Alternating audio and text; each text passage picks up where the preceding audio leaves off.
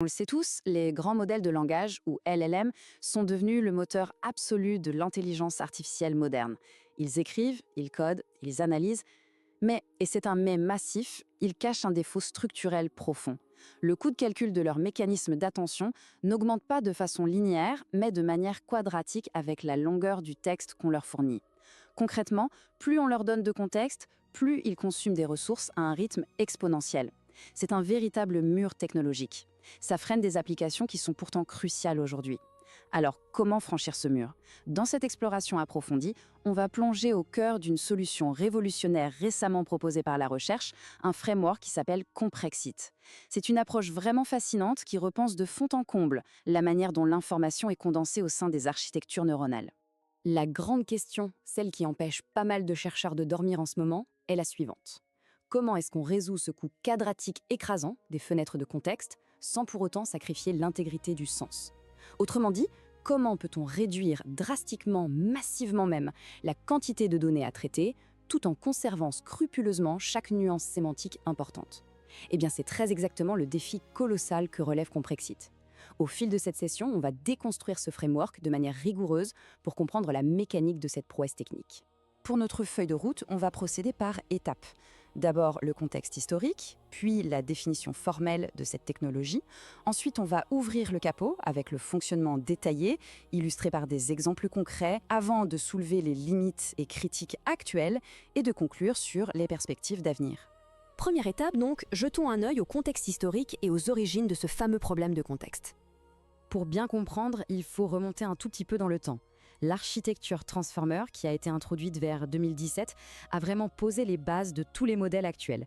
Sauf que son mécanisme d'attention, par design, est un véritable gouffre à mémoire pour les textes longs, car chaque mot doit interagir mathématiquement avec absolument tous les autres. Fast forward en 2023, la communauté scientifique commence à réagir avec des approches pionnières. On a vu d'un côté des méthodes de compression implicites et explicites comme LLM Lingua qui cherchaient à élaguer les tokens inutiles, et de l'autre des modèles comme Autocompressors qui tentaient de forcer le modèle lui-même à compresser le texte. C'était bien pensé, mais incomplet. Et c'est en 2024, avec l'apparition de la transmission d'informations explicites portée par Comprexit, que le paradigme change radicalement. On s'attaque enfin aux limites structurelles de ces premières méthodes. Au centre de toute cette histoire, il y a un concept algorithmique qu'il faut absolument maîtriser, le cache, ou cache-clé-valeur en français. Quand un LLM génère du texte, il mémorise les représentations mathématiques de tous les mots précédents. Pourquoi? Pour ne pas avoir à les recalculer à chaque nouvelle prédiction. C'est ça, le fameux cache. Le souci, c'est que si on lui donne un document immense, disons des centaines de milliers de tokens, ce cache enfle de façon complètement démesurée.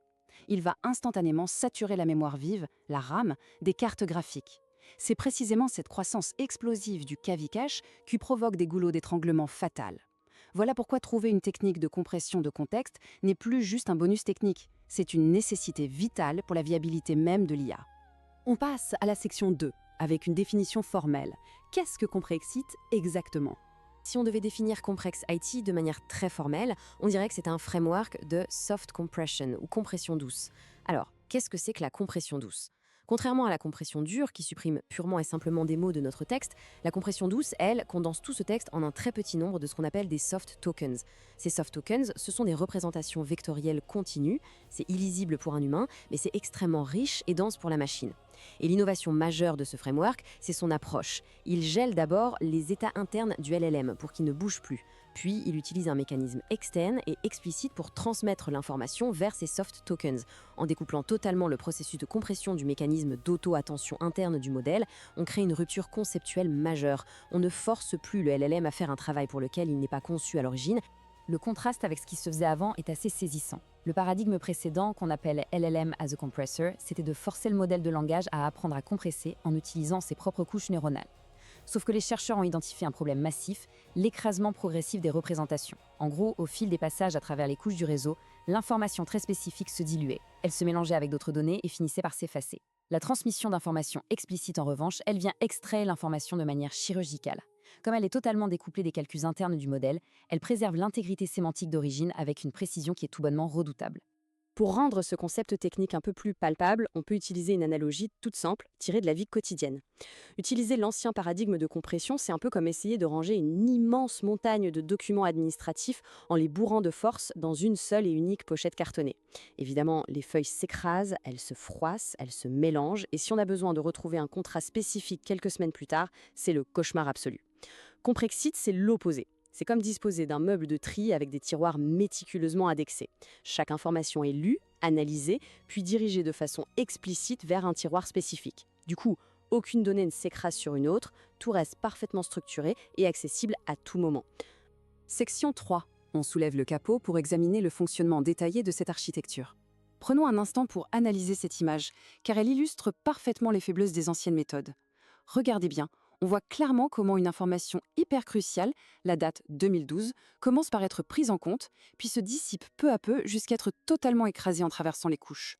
C'est l'illustration visuelle exacte de l'écrasement progressif dont on parlait. Mais ce n'est pas tout. Remarquez aussi que le mot-clé Paris est tout simplement ignoré depuis le début par le système. Pourquoi ? À cause d'un manque total de coordination globale. Sans une vue d'ensemble du texte, les tokens qui servent à la compression finissent par absorber des choses redondantes en boucle et passent complètement à côté de détails isolés mais essentiels. C'est exactement ce double problème structurel que Comprexity vient balayer. Alors, comment ça marche techniquement ? L'architecture s'articule en 3 grandes étapes de traitement. D'abord, le modèle de langage est gelé. On ne touche plus à ses paramètres initiaux, ce qui assure que ses connaissances de base restent ultra stables. Ensuite intervient la transmission dite en profondeur ou depthwise. Ici, le système va récupérer l'information transversalement à travers toutes les couches du modèle pour former des encres de tokens. C'est ça qui empêche les données de se perdre dans les abysses des couches profondes. Enfin, on passe à la transmission en largeur ou widthwise. C'est l'étape où l'on condense toutes ces milliers d'encres d'informations vers un tout petit nombre d'emplacements finaux qu'on appelle les slots de compression. Et tout le génie de cette fameuse transmission en largeur repose sur un outil mathématique redoutable, le plan de transmission. Concrètement, c'est une matrice optimisée, globalement, qui joue le rôle d'un chef d'orchestre ultra rigoureux. En résolvant un problème mathématique d'optimisation, très proche de ce qu'on appelle le transport optimal, ce plan va coordonner avec précision comment chaque bribe d'information quitte les encres de token pour rejoindre les slots de compression finaux. Son objectif numéro 1, empêcher la redondance. Il s'assure que chaque emplacement de compression reçoive une part spécifique et unique de l'information, évitant que tout le monde ne compresse le même paragraphe. Pour bien visualiser cette étape de routage, on peut utiliser une analogie issue du monde des réseaux informatiques. Les anciennes méthodes de compression, c'était l'équivalent d'un vieux hub réseau des années 90. Ça diffusait le même signal de manière totalement aveugle à tous les nœuds connectés, ce qui générait des collisions et engorgeait complètement la bande passante. Le plan de transmission de Comprexit, au contraire, agit comme un switch, un commutateur réseau moderne et intelligent. Il lit l'adresse de destination de chaque paquet de données sémantiques et le route très exactement vers le port de sortie optimal. Résultat, la bande passante est préservée et la transmission se fait sans aucune perte ni embouteillage. Section 4. Passons de la théorie à la pratique avec des exemples concrets et des résultats de benchmarks. L'un des cas d'usage industriel les plus évidents pour cette technologie, c'est le RAG, pour Retrieval Augmented Generation. Dans une architecture RAG, on demande au modèle de synthétiser des tonnes de documents externes, que ce soit des rapports financiers, des corpus juridiques ou des dossiers médicaux. Le volume de texte injecté dans le prompt explose littéralement. Et c'est là que ça bloque. Le succès d'un tel système repose entièrement sur la capacité du LLM à digérer toutes ces données sans que sa mémoire, le fameux KV cache, ne sature. Donc disposer d'une compression de contexte ultra efficace, ce n'est pas un luxe pour améliorer les performances, c'est un prérequis structurel absolu pour faire tourner ces systèmes en production dans le monde réel sans faire exploser les coûts de calcul. Et quand on regarde les résultats quantitatifs, ils sont vraiment frappants. Sur ce graphique, on observe le score F1, qui est une métrique classique pour évaluer la précision, sur 2 benchmarks de questions-réponses très exigeants, HotPotQA et Squad. Ce qu'il faut remarquer ici, c'est la stabilité de la courbe associée à l'extraction d'informations sur les couches médianes et profondes. Les méthodes traditionnelles ont tendance à s'effondrer. Leur précision plonge drastiquement dès qu'on essaye de compresser des informations trop denses. Mais avec Compress-AIT, la courbe maintient un niveau de justesse très élevé et surtout constant. C'est la validation empirique que ce routage explicite de l'information fonctionne remarquablement bien. Les impacts pratiques qu'on en tire sont excellents. Non seulement cette approche surpasse systématiquement l'état de l'art sur la plupart des tests de référence, mais elle a une particularité rarissime. Elle reste redoutable d'efficacité, même lorsqu'elle est appliquée à de petits modèles de langage, ceux qui tournent autour du milliard de paramètres. En général, avec d'autres techniques, la compression s'effondre à cette échelle. En plus de ça, Comprexit est extrêmement léger. Son implémentation ne requiert qu'environ 1% de paramètres supplémentaires par rapport au modèle de base. Pour l'ingénierie, c'est un ratio coût-bénéfice exceptionnel qui ouvre la voie à des modèles ultra puissants fonctionnant sur du matériel beaucoup plus modeste. Cinquième partie. Il faut bien sûr aborder les limites et les critiques car il y a d'importants défis à relever. La comparaison visuelle de ces deux matrices met en évidence les défis algorithmiques actuels. À gauche, on a la méthode Ziakae qui génère de grandes traînées lumineuses. C'est le signe d'une attention chevauchante, ce qui signifie que le système gaspille sa capacité de compression en l'allouant en double sur les mêmes mots, de façon inefficace.